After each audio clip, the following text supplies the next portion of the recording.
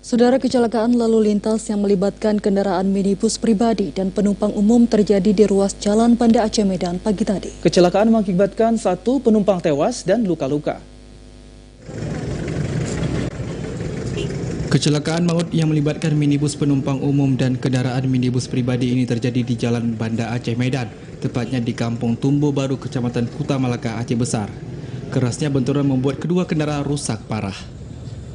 Kerasnya benturan juga mengakibatkan 5 penumpang minibus jenis L300 yang dikemudikan Musliadi ini mengalami luka-luka. 1 diantaranya bernama Mariana meninggal setelah sempat menjalani perawatan. Korban mengalami luka serius akibat terjepit di dalam badan mobil. Kepada redaksi TVRI, Kak Salantas Polres Aceh Besar AKP Rina Bintar Hayani yang dihubungi melalui sambungan telepon mengatakan kecelakaan terjadi sekitar pukul 5:30 waktu Indonesia Barat. Kecelakaan berawal saat mobil L300 dikemudikan Musliadi yang datang dari arah Medan menuju Banda Aceh berpapasan dengan minibus Daihatsu Xenia dikemudikan Akmal Maulana dari arah sebaliknya. Tiba di lokasi, warga asrama militer batalion Zipur tersebut diduga berupaya mendahului kendaraan yang berada di depannya. Akibatnya kecelakaan tidak dapat dihindarkan. Kondisi penumpang yang terjepit di badan minibus membuat proses evakuasi turut melibatkan personil Basarnas Banda Aceh.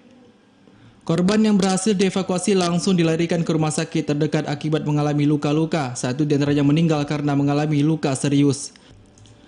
Selain penumpang L300, 1 penumpang minibus yang dikemudikan Akmal Maula bernama Arya Dansa turut mengalami luka-luka dan dirawat di rumah sakit terdekat. Kasus ini kini ditangani Satlantas Polres Aceh Besar. Dari Aceh Besar, Arman Kudadi, TVRI melaporkan.